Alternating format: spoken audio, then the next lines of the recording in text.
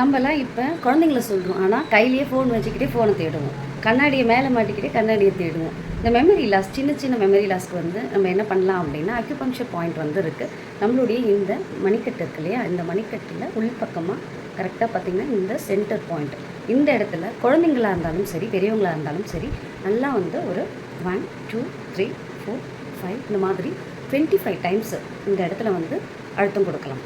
அதாவது லைட்டாக வந்து அழுத்தம் கொடுக்கணும். இல்லை அப்படின்னா clock wise 10 times, anti clock wise 10 times, மறுபடியும் கிளாக் வைஸ் 10 டைம்ஸ், இந்த மாதிரி வந்து ரொட்டேஷன் கொடுக்கலாம். அக்யூபங்க்சர் படித்தவங்க, அக்யூபங்க்சர் நல்லா தெரிஞ்சு நீடில் பண்ணுறீங்க அப்படின்னா அவங்க வந்து கரெக்டாக பார்த்திங்கன்னா இந்த மணிக்கட்டுக்கு இந்த 2 ரேகை இப்படி வருது இல்லையா, இதுக்கு வந்து நீங்கள் இப்படியே சென்டர் பண்ணிவிட்டு பாயிண்ட் பண்ணிக்கலாம்.